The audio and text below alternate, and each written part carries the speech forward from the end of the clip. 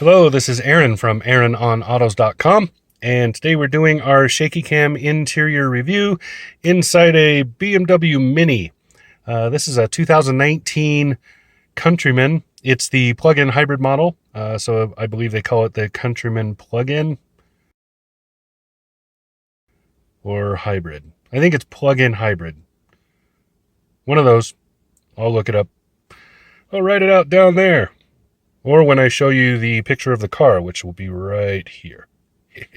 Anyway, yeah, I was in one of these last year. They haven't changed much. This one has way cooler colors. I will point that out, but otherwise, I don't notice a lot of changes between the 2 years. I don't remember if I did a interior review last year. If I did, I will certainly post that down here, and this will be pretty redundant. If I did not, then boom, Mini Countryman plug-in hybrid interior review coming at you. So I kind of like these cars. I don't like Mini overall. I have my issues with them. Mostly they're personal. It's not because the car itself is bad or the company itself is bad. It's just my preference. I don't tend to like small British cars like this. But I can see the Austin Powers appeal and everything. Hey, yeah, baby. You know, all that goes with it. But anyway, I do enjoy driving this plug-in. Out of all the Minis, the plug-in is my favorite, mostly because I think just like with Toyota or any other company, when you put the batteries underneath it, it really lowers that center of gravity and makes the car feel good to drive. So on with the show. Over here's your mirrors and whatnots. So you can see this is the 4-door because it is the Countryman. So here's the rear, here's the front. Let me just flash things in front of the camera because I'm a pro. Up there is the mirrors and everything. Over here is the first of the circles you're going to see all throughout this car. This is the door handle here, and this is the locks. Over there is the lighting. You have several things going on. There's the fog lamps there. Here's the lighting here. Automatic is over there, which is probably where it should have been. I had it on, well, lights always on because I was doing photos, and the car looks way more dynamic with the headlights lit up. I don't know why. Over here is the dimmers. There's the first of the vents, Mini style vents. So they're square. Even a circle would have made more sense, but they're square, and they have this to control them. So pretty cool. I really kind of like these vents. They do push a lot of air, especially for their size. And there you can see the first of the Harman Kardon. Harman Kardon. I don't know how to say it. Anyway, there's the first of the stereo speakers. Moving along, I'm just gonna have lots of things to say here as side notes. So here you have the cruise control stuff. Pretty straightforward. You turn it on and turn it off here, set it here, resume over there, cancel it over there, up and down. This does move in single increments. It moves in single increments, and if you hold it down, it'll move in 5s. Up here is the the signal turns and automatic. So you can set the high beams to automatic right here. You push this button in. It does not stay in by default, so you do have to turn it on every single time that I've noticed. Up here, I'm not sure what that is. BC. I'll list it down there. BC. No idea what that means. British Columbia, that's what it means. Over here is the telematics and sort of infotainment controls. So most of what this does is runs your telephone and runs the stereo. These don't do a whole lot if you're not running the stereo. You can go through some of the menus with this, but for the most part, you're channel selecting or changing tracks. And it's backwards because it's British, so down is forward, up is back. Take it up with Mini. Over here is the voice control system. You get really used to this in this car because it's a BMW based infotainment system, and the command knob interface is pretty good, but a little annoying. It's a lot easier to just tell it what you want it to do. That's what I found anyway. Leather wrap steering, notice that? That's pretty cool, huh? Over here is the washer wipers, etc. So this runs the rear, this runs the front. That means that the auto is on. I've just been leaving it on auto. So if you move it up so the auto is off, then see auto turns off. I'm actually on, I meant down, move it down. See the right there? Yeah, Aaron can read. So right now it's not, but when it's on auto, it's kind of nice. It has that little indicator so you can see it, because just looking at the knob, you're not going to know what position it's in.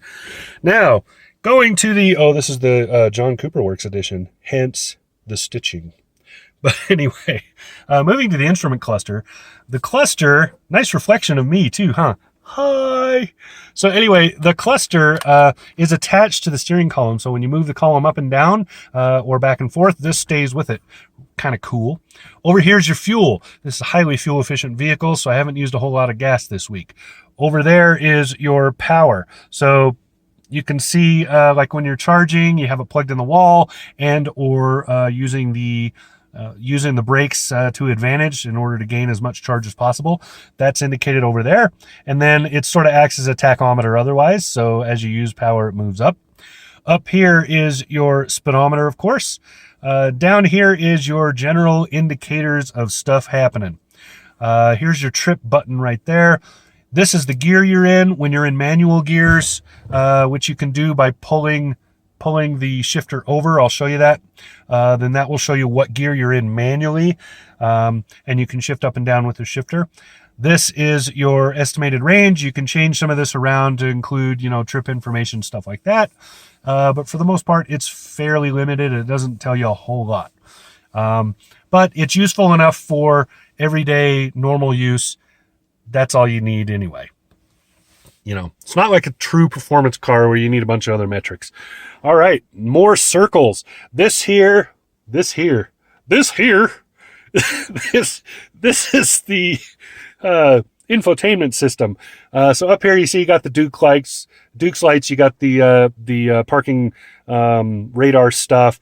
This changes color according to what you're doing. So I'm parked and idled, so it's not really showing anything. If it's plugged in and charging, that pulses as it charges, tells you that it's charging, and then stops doing that and just glows blue when it's done. It also changes to orange, red, and other things to indicate how well your eco driving is going. You can see there's a big clock on there. That's right now, it's just on the main menu screen. So I hit the main menu, it's set there. It kind of just decided to do you know, just go to rest, I guess. But here, this is the main menu. You use the command knob to move through these. Fairly straightforward, but a little tedious. You have to dig pretty good to get to some things. Other things like audio are just straightforward, real easy. Hooking up a phone is easy. Most of the stuff in here is pretty easy to do. Like most vehicles, just pushing this, if there's no phone, no Bluetooth connection at all, you push this, the car will go, hey, there's no phone, do you want to add one? That's the fastest way to put on a new phone, by the way. Down here is your hard controls for the above. So this jumps tracks, works the normal way, unlike the over there on the steering wheel, which works backwards. This works the normal way. Here's your channel presets. Here's your volume and on and off, band, mode, all that makes sense. Down here, here's some more circles, more big round things. These are the climate controls. Right now everything is off, so I don't have a lot of sound blowing in. But look, and there's me. Hi. Hee hee. These right here are mostly, I don't know, what would you, they're pretty straightforward. You have the two sides here. These control the temperature on either side. This is the main controller. The auto button is right there. So right now everything is off. So the auto button is not lit up. That will light up when you push it or if you turn it to turn on the activation. So you see if I turn it on, then I can push auto. Down here, some more stuff. So you got like bun warmers and so on and so forth, defrost and whatnots. Pretty straightforward, I think. I don't think there's anything down there that's complicated. And then down here, your aircraft switches. So here you have your eDrive switch. This controls, you can force it into EV mode.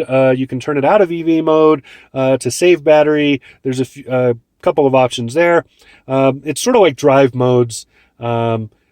In most senses. This is the start button, so you can push it down or pull it up. Either way you toggle it, it will start the engine if you have your foot on the brake pedal. Over here is the traction control, and over here is your actual drive modes. So over here is what actually goes to like eco mode, which they call green mode, and sport mode. I've been putting it in sport mode, which turns this orange. Green mode turns this green, duh. And then this will force, like I said, the electric and not electric. Down here, some drink holders and a few other things. There's a 12 volt there. There's a USB there. This is supposed to be, I think, for your phone, but it's only marginally useful for that, just because of its position. You have to lean really forward to get to it. Kind of annoying, but that's best they could do with the space. You can see my coffee mug here, and then drink holders. These are normal size drink holders. They'll hold the Grande Starbucks and bigger. Over here is your shifter. Now I wanted to show you go into manual. So the trigger's on the front. You pull it back, you're in drive. You push it over, now you're in manual. You shift by going like this. Pretty straightforward, simple. I like the shifter, actually. I like the feel. The forward T, which is kind of a golf club head, feels good in your hand. When you have hands as big as mine, I got these big meat hoods. Feels good in your hands. Down here, this is the control knob for that infotainment. So this is what runs most of it. You can also write on the top of it when you're putting in like navigation stuff, if you get one equipped with nav. Menu button right there, and then a few other buttons for fast jumping that are pretty obvious and exceedingly useful, so get used to where they are. Use them a lot. Map will not put you into nav and ask you for addresses and stuff. Map will just show you the map. Nav goes to, hey, I want to find some place, and it looks it up. And then over here, that's pretty obvious, media and whatnot. Down here is your back button. Here's your option button. Some of the menus will allow you to change options by hitting that rather than cycling through. Over here is the electric parking brake. Pull up for set, push down to undo. Pretty straightforward, and also not reversed like a lot of European cars. Here's the armrest. The armrest does not hide a cubby. The cubby instead is open. It's down there. You got some more USBs and a little bit of space to throw a few things. Not a lot of it. I do like this, though. You can barely hear it ratcheting, but it ratchets and holds a place. So when you got different heights, so you know, I'm a little tall, I like it to be down a little more. Shorter people might like it up a little more, so they have a little higher up or a little lower. You know, all up to you. Seats are beautiful. One thing BMW it does really well, and especially does well in Mini, is the seats with these thigh bolsters or these thigh supports and other things. Beautifully bolstered. This is the JCW seating, so beautifully bolstered. Really fits well, even for a big guy like me. You know, I'm 6'3". And have wide shoulders. I still fit really well in this car. Love this cloth.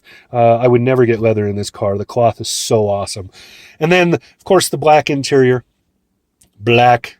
They love their limousine colors in Britain, I think. Almost everywhere now, because a lot of cars have black interiors. Really annoying. I don't like black interiors. Back there, that's the back seats. You can sit 3 across when you have to. 3 kids across is easy. It is a small vehicle, though. This is a compact, so you know, don't expect to make that an everyday thing. But tons of cargo in the Countryman. One of my favorite things about it, and also the double sunroof thing that I won't show you because it won't really come through the camera. Up here, you have some more aircraft switches, more mini stuff. So this runs the sunroof. These run the lights inside, and here's your SOS and so on.